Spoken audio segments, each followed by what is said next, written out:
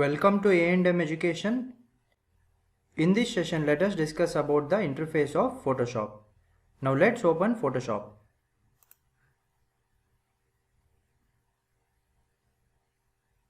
Firstly, I will import few images. How to import it? We will go to File, Open, and we will select 2 to 3 images.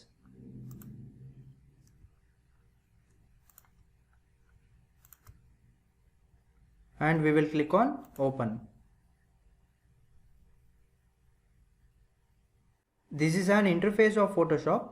In other words, we can call workspace as well. So always remember, interface and workspace are the words which we can use. Now let us talk about the main parts of Photoshop. We have menus on the top. We call it as menu bar. There are the options just below it. This is called as options bar. Here you have to observe, if we select different tools, the options are going to change. We have tools bar at the left. At the center we have document screen. And above the screen we have tabs bar. Here you can observe we can switch between tabs. And in the document screen we can see different images. Next we have panels bar, which you can see on the right. At the bottom you can see status bar. Now we will understand the interface little bit in brief. Here if I am working on the tools, no need to worry, in our upcoming sessions we will understand each tools in depth. Here you are able to see rulers. If this is not visible, where you can find? In menu bar you can go to view and rulers. This is how you can on and off rulers. Here you will have to observe Photoshop will show keyboard shortcuts for maximum tools. You need to understand, if you want to work faster, keyboard shortcuts are very important. As we proceed our session, we will be discussing about keyboard shortcuts then and there. So you can make a note of the same. Here keyboard shortcut for rulers is Ctrl+R. Kindly observe, I am holding Ctrl in my keyboard and will press R. So rulers is oning and offing. If you right click on the rulers, you can find different options. These options are in terms of measurement.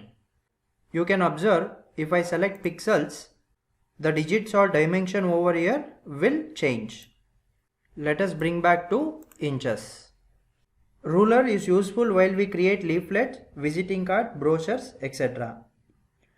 How to operate ruler? You have to hold left click on top of the ruler and drag towards your document screen, and if you release your left click on the mouse, the line which is visible is called as ruler. So this is how you can drag the ruler from both the end.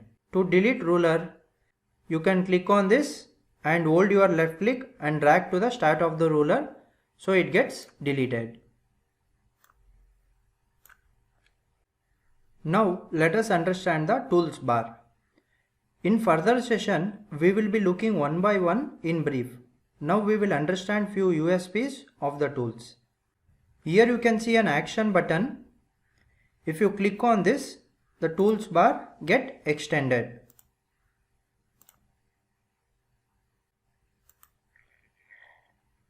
If you need to know the names of any tools, then you can just move cursor on top of the tool. It automatically displays the name of the tool. Here you can observe, along with the name, you can see the shortcut of the tool in open and closed brackets. As you can see now, move tool and shortcut is V. If you observe closely, except move tool and zoom tool, other tools have a small extension mark integrated. To see the extension, you will have to left click and hold for a second and it gets opened. Now we will see an example how can we work using tools. Keep an eye on options bar here. I am going to select Content Aware Move tool. Here you observe that we get more options about this tool here. Now let's see how this tool works. I will select this part of an image and will change the position of it.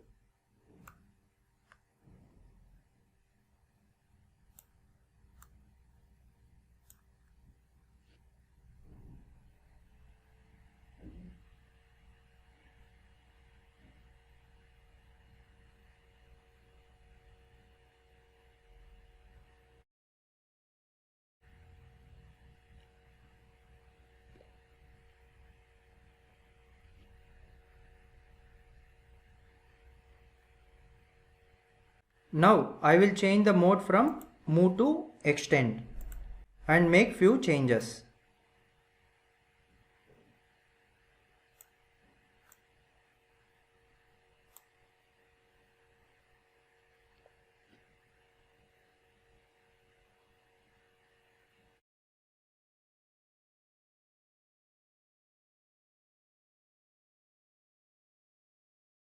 So you understood that how we made changes using Content Aware Move tool.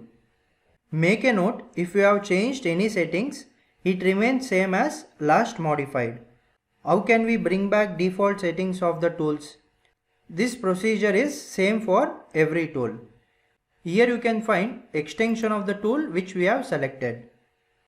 Here we can click on Settings, and here you can find Reset tool and Reset all the tools.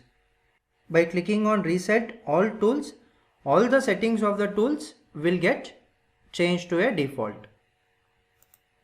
Next, the BG color which you can see over here can be changed.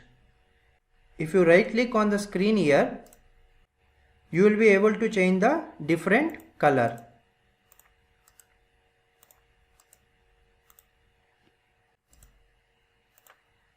There is an alternative method as well.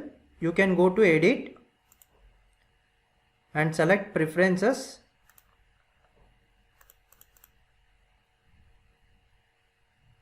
And here you can select Interface. Here you have a color theme. Here also you can choose different color of the theme.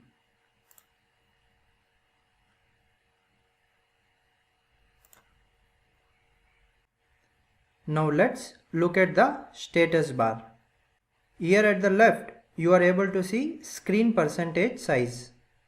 If we zoom in using keyboard shortcut Ctrl+, you can see the changes. It has become 25%.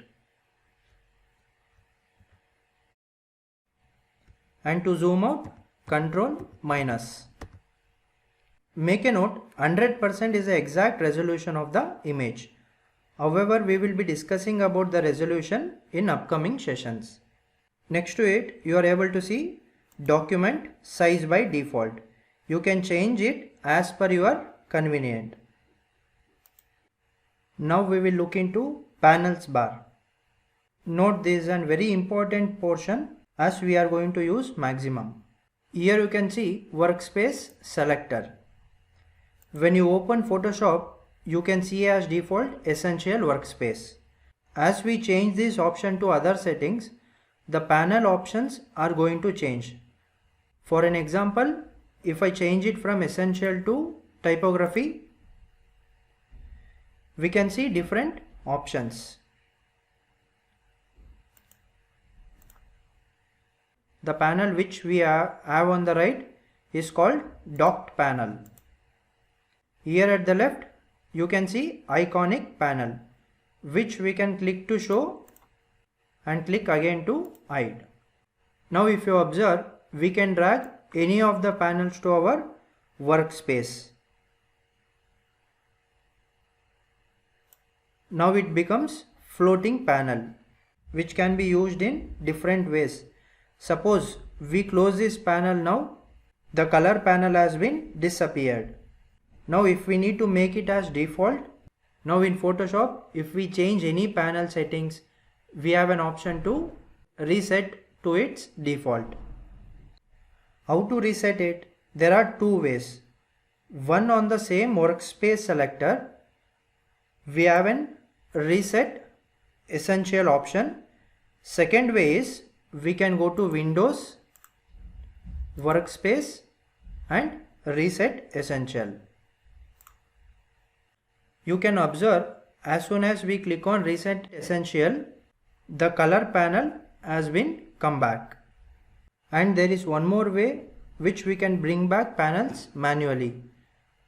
Now once again I will drag color panel to our workspace and I will close this.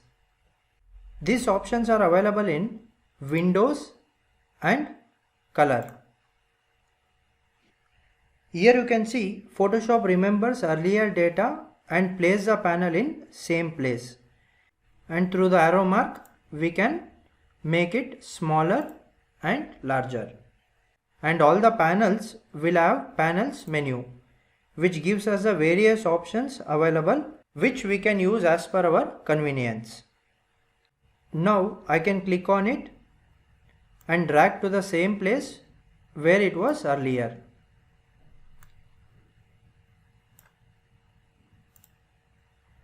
Now I will drag two panels, adjustment panel to the workspace and swatches panel to the workspace. Now here you can observe if we move any tab again while placing, Photoshop gives us an highlight blue color line. Through this indication we can place a panel.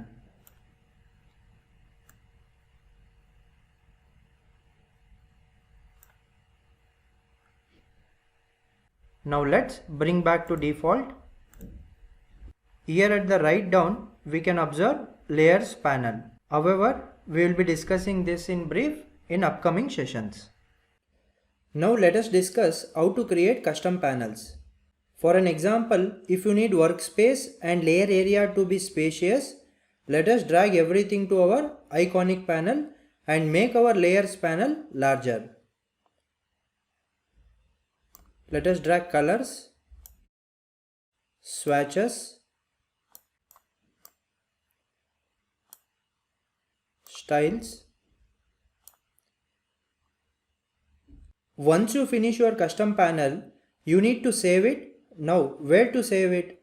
You can go to workspace selector and select new workspace and you will have to name it. Now let's name it as practice and we will click on save.